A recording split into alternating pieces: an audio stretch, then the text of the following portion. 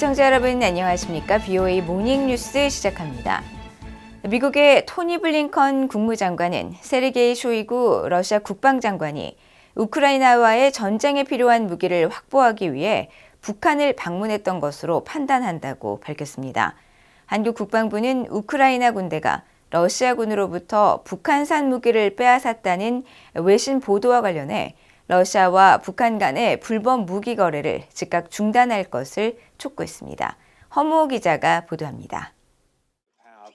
미국과 호주가 호주 브리스번에서 개최한 외교 국방 2+2 장관 회의 후 공동 기자회견에서 토니 블링컨 미국 국무장관은 러시아 국방장관의 북한 방문과 관련한 질문을 받았습니다. 블링컨 국무장관은 세르게이 쇼이구 러시아 국방장관이 북한에 휴가를 간 것으로 생각하지 않는다면서 러시아가 우크라이나를 계속 공격하기 위해 가능한 모든 곳에서 필사적으로 무기를 찾고 있다고 밝혔습니다.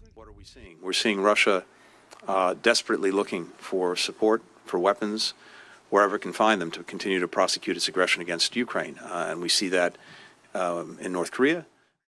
블링컨 장관은 그러면서 우리는 이 같은 러시아의 행동을 북한과 이란에서 볼 수 있다고 지적하면서 이란은 우크라이나의 민간 기반 시설을 파괴하고 민간인을 살해하기 위해 사용하는 수많은 드론을 러시아에 제공했다고 비판했습니다. 앞서 러시아의 쇼이구 국방장관은 북한을 방문해 북한이 전승절로 부르는 한국전쟁 정전협정일 열병식을 참관하고 김정은 국무위원장과 함께 무기 전시회를 찾아가 설명을 들었습니다.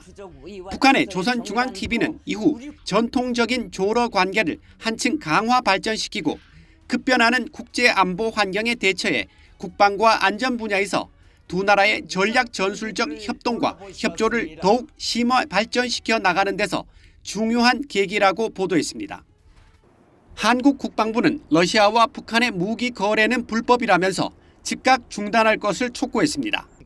전하규 한국 국방부 대변인은 31일 정례 브리핑에서 외신의 러시아와 북한의 무기 거래 정황 보도와 관련해 UN 안전보장이사회 결의로 북한의 모든 무기 거래는 금지돼 있으며 한국 정부는 관련 동향을 계속 예의주시하고 있다고 밝혔습니다. 또 안보리 대북 제재 결의를 정면으로 위반해 국제사회의 평화와 안정을 해치는 북한산 불법 무기 거래는 즉각 중단돼야 한다고 강조했습니다. 앞서 로이터 통신은 영국 파이낸셜 타임스를 인용해 우크라이나 군인들이 러시아로부터 빼앗은 것으로 추정되는 북한산 무기를 사용해 러시아를 공격하는 모습이 포착됐다고 보도했습니다. 이런 가운데 한국의 김승겸 합참의장은 적 도발 시 결정적 일격으로 적의 숨통을 끊어놓음으로써 도발의 대가가 얼마나 처절한지 각인시켜야 한다고 밝혔습니다.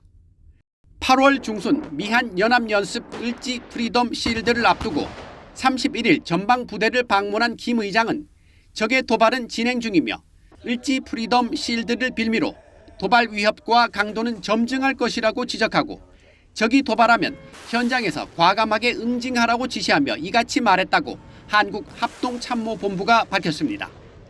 BOA 뉴스 허무호입니다.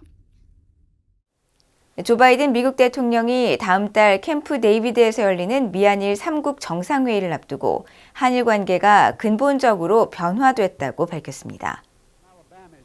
백악관은 29일 바이든 대통령이 전날 메인주 프리포트에서 열린 대선 관련 모금 행사에서 지지자들에게 연설하면서 바이든 행정부 출범 이후 주요 외교 성과 중 하나로 한일 관계 개선을 언급하고 다음 달 일본, 한국 정상과 함께 정상회담을 할 것이라고 밝혔습니다. 이어 한국과 일본은 세계 2차 대전으로부터 관계 회복을 했다면서 이 같은 상황은 근본적인 변화라고 강조했습니다.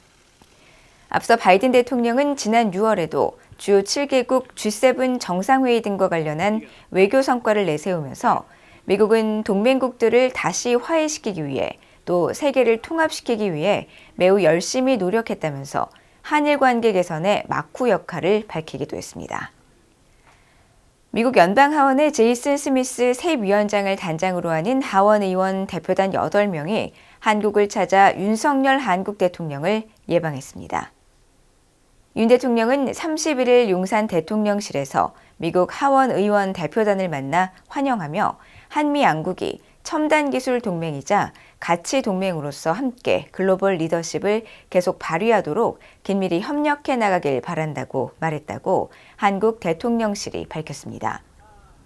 대통령실에 따르면 윤 대통령은 미국 의회가 한미동맹의 전략적 중요성과 긴밀한 공조에 초당적인 지지와 관심을 보여주고 있다며 한미관계 발전에 대한 의원들의 변함없는 지원과 성원을 기대한다고 말했습니다.